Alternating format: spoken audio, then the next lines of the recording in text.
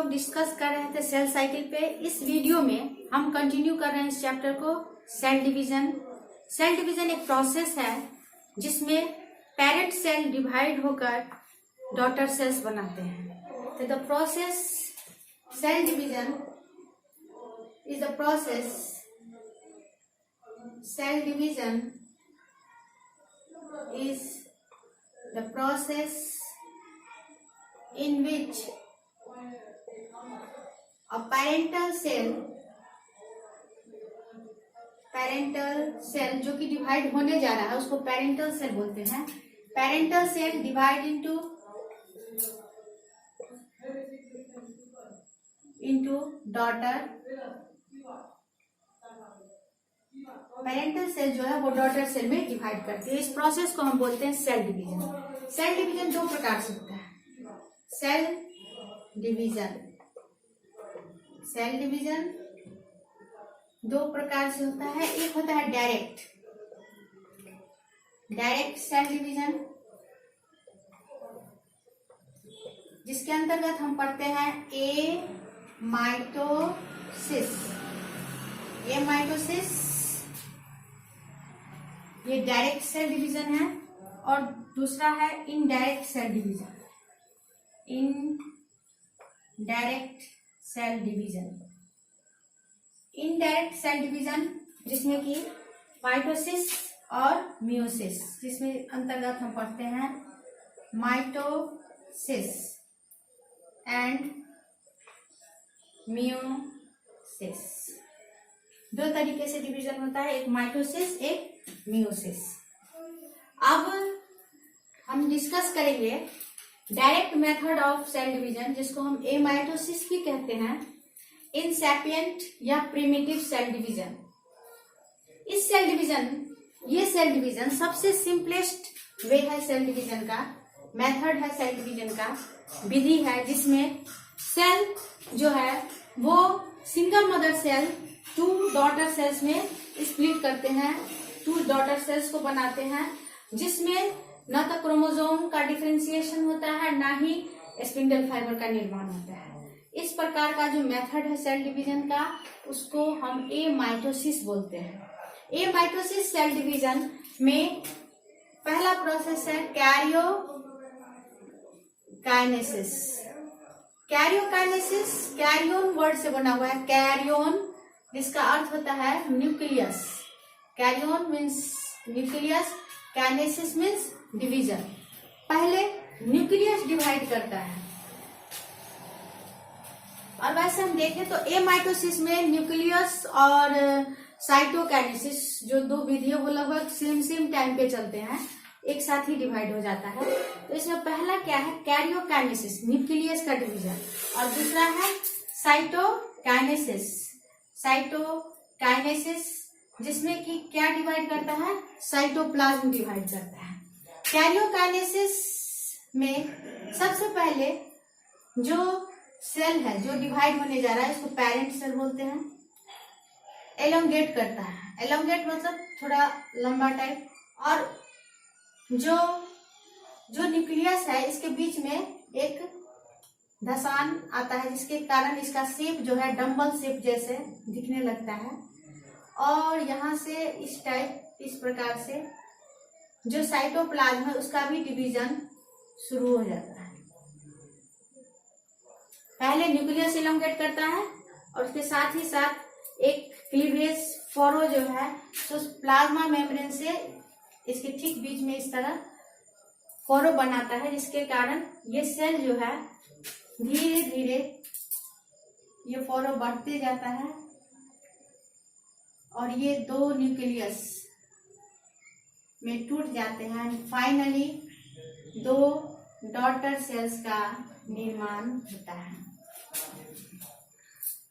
Karyokinesis nucleus का division है, जिसमें सेल का न्यूक्लियस जो है वो इलोंगेट करता है, साथ ही साथ यहाँ इसके प्लाज्मा मेम्ब्रेन में भी फोरो शुरू हो जाता है। जो इलोंगेट करके डम्बल शेप में आता है, डम्बेल शेप में आता है।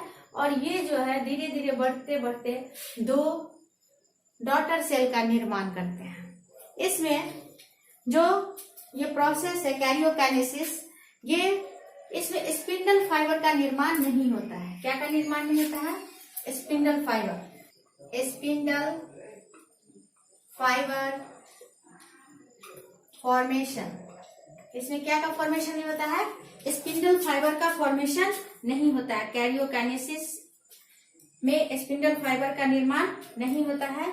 दूसरा, इसका न्यूक्लियर मेम्ब्रेन जो है वो भी डिसअपियर नहीं होता है। न्यूक्लियर मेम्ब्रेन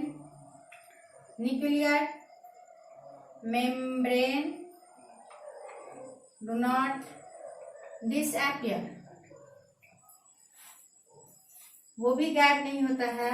और तीसरे में क्या, ना तो उसका स्पिंडल फाइबर फॉर्मेशन होता है इसमें, ना ही न्यूक्लियर मेम्ब्रेन डिवाइड होता है। और न्यूक्लियस जो है वो, nucleus is divided by constriction, माने कि न्यूक्लियस जो है वो कॉन्स्ट्रिक्शन एक बनता है उसके मिडिल में, जिसके कारण वो डिवाइड होता है। तो न्यूक्लियस डिवाइड्स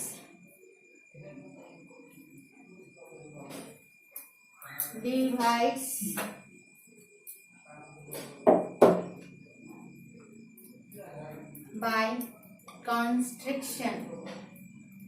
इसके मिडिल में एक कॉन्स्ट्रिक्शन शुरू होता है, जिसके कारण ये डम्बल शेप में आता है। और धीरे धीरे ये कॉन्स्ट्रिक्शन के कारण न्यूक्लियस दो भाग में डिवाइड होता है।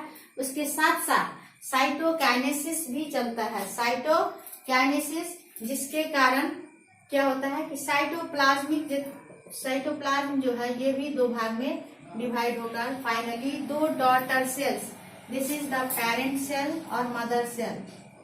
पेरेंट सेल दो डॉटर सेल में डिवाइड हो जाते हैं।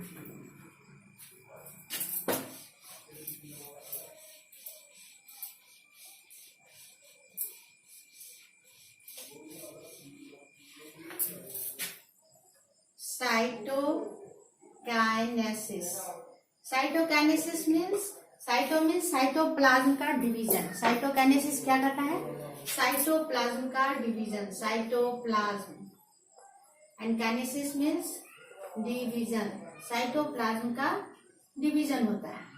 इसमें न्यूक्लियस के साथ साथ ही साइटोप्लाज्म में भी फोरो बनना शुरू हो जाता है, जिसके कारण ये धीरे धीरे सेंटर की तरफ बढ़ने लगता है और फाइनली दो सेल बन जाते हैं। तो ये इसका एग्जाम्पल में एंड ओल्ड सेल। तो एग्जाम्पल में हम देखते हैं कि साइटोकाइनेसिस, जिसमें साइटोप्लाज्म का डिवीजन होता है, ये इस प्रकार का डिवीजन किस ऑर्गेनिज्म में दिखता है? तो फ्यू बैक्टीरिया में दिखता है, कुछ साइनोबैक्टीरियाज में दिखते हैं, ईस्ट कार्टिलेज सेल्स में दिखते हैं, cells of extra embryonic membrane में दिखते हैं, एंडोस्पर्म में दिखते हैं, एंड डिजीज सेल में दिखते हैं और पुराने सेल्स में दिखते हैं। क्या? ए माइटोसिस। अब ए माइटोसिस सेल डिवीजन के बाद हम पढ़ेंगे माइटोसिस सेल डिवीजन। एक हम पढ़े डायरेक्ट सेल डिवीजन, दूसरा इनडायरेक्ट सेल डिवीजन। उसमें एक माइटोसिस, दूसरा मियोसिस। मियोसिस सेल डिवीजन जो कि गैमेटिक सेल्स में होते हैं, और ये जो माइटोसिस सेल डिवीजन है वो सोमैटिक सेल्स में takes place in the somatic cell. ये सेल डिवीजन कहाँ होता है? सोमैटिक सेल में। माइटो का अर्थ होता है thread means spindle fibre, and oasis का अर्थ होता है स्टेट। स्ट्रेसबर्गर प्लांट में, फ्लेमिंग ने एनिमल में देखा, और टर्म माइटोसिस जो था वो फ्लेमिंग नाम के वैज्ञानिक ने दिया। ये जर्मिनल सेल्स में होते हैं। जब वो मल्टीप्लिकेशन फेज में होता है तब ये जर्मिनल सेल्स में माइटोसिस सेल डिवीजन होता है। और मैचुरेशन फेज, जो मियोसिस का मैचुरेशन फेज है, उसमें ये माइटोसिस सेल डिवीजन होता है। माइटोसिस सेल डिवीजन दो भाग में बांटते हैं। एक और माइटोसिस सेल डिवीजन भी दो भाग में होता है। एक होता है पहला कैरियोकाइनेसिस, कैरियन न्यूक्लियस का division of nucleus is called karyokinesis. Karyokinesis, that is the division of nucleus इसको अलग अलग स्टेजेस में बांट दिया गया है, डिफरेंट स्टेजेस। पहला है प्रोफेज, दूसरा है मेटाफेज, एनाफेज एंड टेलोफेज। ये डिफरेंट स्टेजेस हैं जो न्यूक्लियस के डिवीजन को, जिसके अंतर्गत हम न्यूक्लियस के डिवीजन का अध्ययन करते हैं। और दूसरा है साइटोकाइनेसिस। जब ये डिवीजन कंप्लीट हो जाता है तब इसके लास्ट स्टेज के साथ या डिवीजन कैरियोकाइनेसिस कंप्लीट होने के बाद कौन सा सेल डिवीजन होता है? साइटोकाइनेसिस। और इस साइटोकाइनेसिस में जो साइटोप्लाज्म है, साइटोप्लाज्म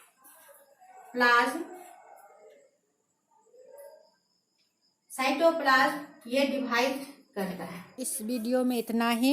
अगले वीडियो में हम माइटोसिस का कैरियोकाइनेसिस स्टेज को कंटिन्यू करेंगे।